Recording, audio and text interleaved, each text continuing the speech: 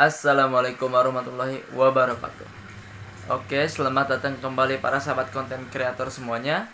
Kembali lagi bersama saya ya di channel Dedeta, channel yang selalu memberikan tips dan trik gratis ya tentang YouTube. Bukan hanya tips dan trik ya, tapi solusi dari permasalahan yang timbul di YouTube ini. Semoga kita ya selaku konten kreator cepat berkembang di sini, cepat berkembang, cepat mendapatkan 1000 subscriber, 4000 jam tayang ataupun 10 juta penayangan ya. Intinya cepat dimonetisasi. Oke, konten kreator semua, jadi di video kali ini saya akan membahas jenis-jenis konten apa saja yang aman untuk YouTube ini, ataupun jenis-jenis apa saja yang bisa diterima ya oleh YouTube agar kita bisa mendapatkan monetisasi tentunya. Tentunya jenis konten ini banyak menjadi permasalahan.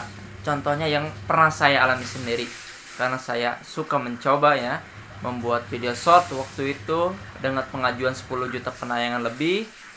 Nah, akhirnya ditolak. Kenapa?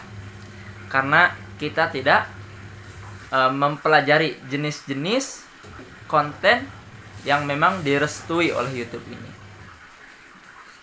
Sebetulnya jenis konten ini terbagi dua ya, bukan dia. Terbagi dua ya, sahabat konten kreator semua.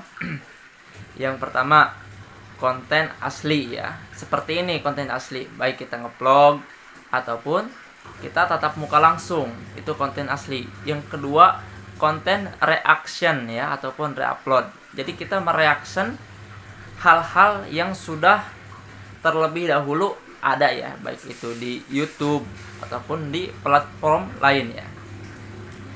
Bisa contohnya kalau reupload ini ataupun reaction ini dari film, terus dari gambar, dari video-video orang, tapi harus kita kasih reaksi ya agar aman intinya.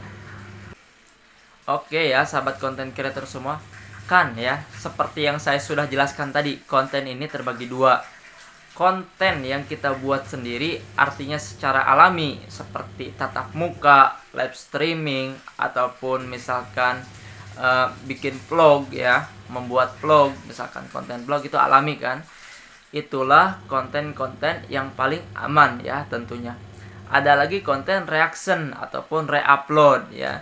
Sebetulnya reaction atau reupload ini bisa dua kemungkinan, bisa aman, bisa tidak. Ada beberapa faktor yang menentukan video kita ini menjadi aman ya. Aman artinya direstui oleh YouTube, disetujui oleh YouTube, ataupun diperbolehkan oleh YouTube itu sendiri. Kalau misalkan reaction ini permasalahannya kalau kita biasanya ambil, comot, langsung upload. Nah, itulah cara yang salah ya, sahabat konten kreator semua. Jadi untuk reaction ini yang diperbolehkan oleh YouTube, di video kita itu harus diberikan narasi ya. Yang penting narasi, baik suara, baik video, ataupun seperti jendela kecil ya. Kita mereaction suatu video ataupun gambar yang ada ya, yang sudah kita persiapkan tentunya, baik dari tok ya, baik dari snatch. Kalian mengerti kan ya? Baik misalkan ngambil dari apapun itu ya. Yang penting di pembuatannya, kalau konten reupload ini harus kita beri reaction ya. Beri kita reaction, beri kita penjelasan di situ. Ataupun kita berikan komentar, ataupun diberikan kita hiburan baik melalui suara ataupun video kita di sebelahnya ya. Kan suka ada tuh seperti contoh gamer ya. Gamer itu kenapa game bisa aman? Konten game ini bisa aman, bisa tidak. Dan kenapa para gamer ini aman ya, ataupun diperbolehkan oleh YouTube? Karena mereka di situ menimbulkan suara ataupun menimbulkan seperti apa ya, jendela kecil lah. Jendela kecil kalian kan pasti tahu nih. Kalau yang suka-suka nonton reupload atau reaction pasti tahu lah. Nah, contohnya seperti itulah konten yang aman untuk YouTube ini ya, sahabat konten kreator semua. sebetulnya kalau kita mengerti dan memahami ya dari apa yang dibutuhkan oleh YouTube ya, apa yang disarankan oleh YouTube, maka kita akan aman, channel kita akan tentram, akan aman, akan stabil ya, akan meningkat tentunya, dan akan mendapatkan monetisasi. Monetisasi ini kan tujuan kita semua ya, monetisasi, membangun di situ komunikasi antar penonton. Nah, sahabat konten kreator semua, jadi jenis-jenis konten ini bisa menentukan keberlangsungan channel kita. Apakah bisa dimonet, apakah bisa disetujui, atau bisa didismonet. Banyak juga ya channel yang tadinya dimonetisasi tapi terdeteksi oleh YouTube channel ini kualitasnya buruk ataupun melanggar pedoman YouTube, melanggar komunitas dari YouTube ya, melanggar privasi of YouTube itu, maka mereka diberikan sanksi ya, artinya diberikan sanksi di dismonet ya. Dismonet ini artinya pencabutan monetisasi, pencabutan kerjasama ya, tentunya sepihak itu oleh YouTube. Kita tidak bisa menolak kalau untuk dismonet. Tapi ya sahabat konten kreator semua, di situ kita diberi untuk pengajuan monetisasi lagi. Kita diberikan waktu ataupun diberikan kesempatan untuk mengajukan monetisasi. Yang penting ya, sekali lagi yang penting, video-video kita ini harus kita benahi, harus kita perbaiki ya. Apa yang salah harus kita perbaiki ya. Makanya saya sarankan untuk kita semua, buatlah konten yang original. Artinya original ini asli ya. Karena memang hanya konten original ini yang paling aman ya sahabat konten kreator semua. Kalau untuk konten reupload suatu saat ya, bisa saja kita terjadi dismonetisasi ya. Karena kebijakan YouTube mungkin yang meningkat atau bagaimana perkembangannya. Karena mungkin gambar kita ataupun video kita ini oleh pemilik aslinya, pemilik pertamanya dicabut misalkan, atau diberikan kebijakan yang lebih ketat, bisa seperti itu ya. Contoh kecilnya ya sahabat konten kreator semua, ada misalkan salah satu channel, tapi bukan seakan-akan, tapi ini benar ya, salah satu channel, misalkan channel musik ataupun channel reaction film, mereka tadinya dimonet ya, dimonet, tapi karena melanggar, menurut YouTube melanggar, makanya monetisasi mereka ini dicabut ya. Nah, untuk itu kita harus lebih hati-hati di konten reupload ini. Yang penting ya, kita harus mengerti ya, apa yang memang diperbolehkan oleh YouTube atau apa yang disetujui oleh YouTube. Biasanya untuk reaksi ini oleh YouTube diberikan waktu 10 detik ya, antar jeda. Artinya setelah 10 detik pemotongan itu harus kita berikan reaksi. Tapi alangkah lebih baiknya di 10 detik ini kita dari awal langsung beri reaksi ya.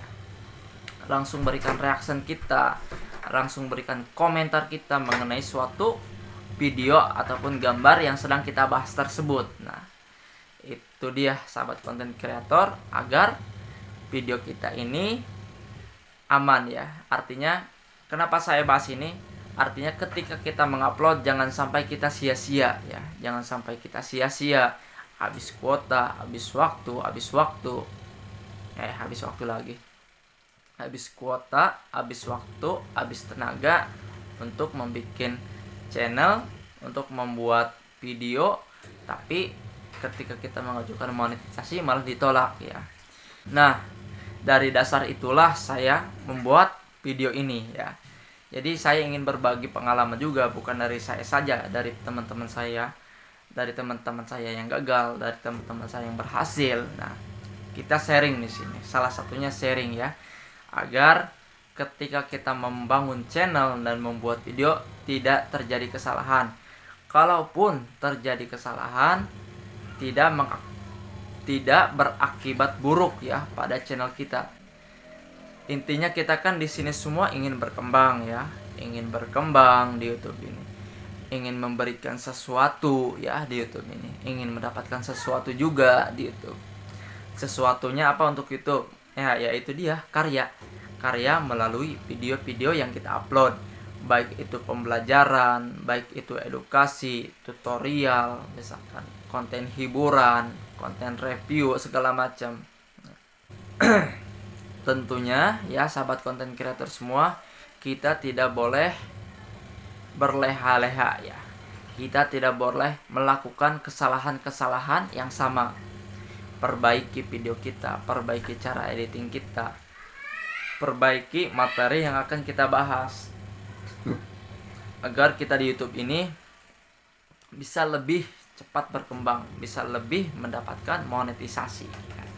Cepat mendapatkan monetisasi. Nah, sahabat konten creator semuanya, sebetulnya jenis-jenis video ini sudah banyak yang membahas ya. Tapi kenapa di video kali ini kita bahas lagi? Jadi di video kali ini bukan hanya mengingatkan, tapi untuk memberitahu ya.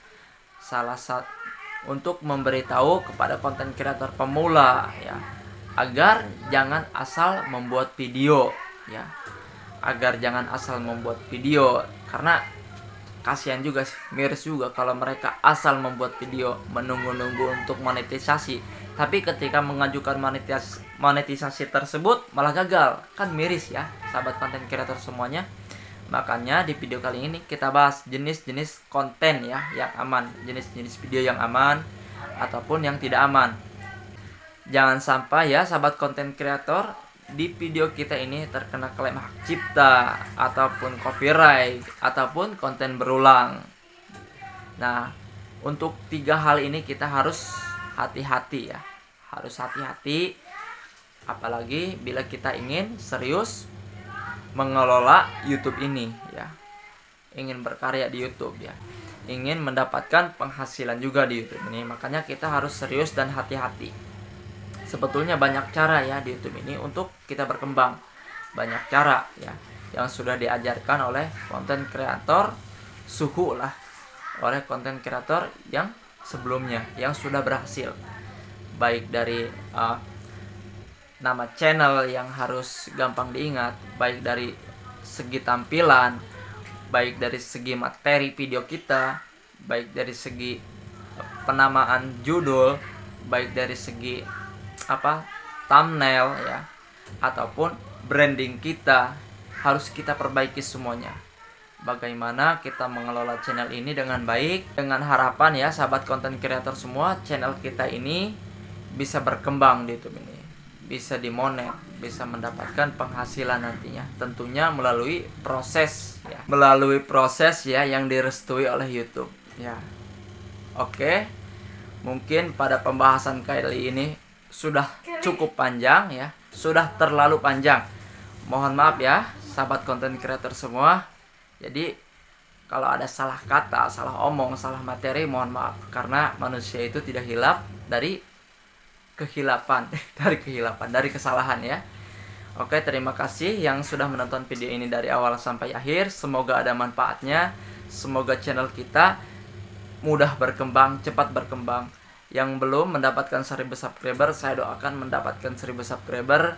Dan yang sedang mengejar 4000 jam tayang ataupun 10 juta views, segera mencapai tujuan tersebut ya. Oke, saya akhiri sampai di sini. Wassalamualaikum warahmatullahi wabarakatuh.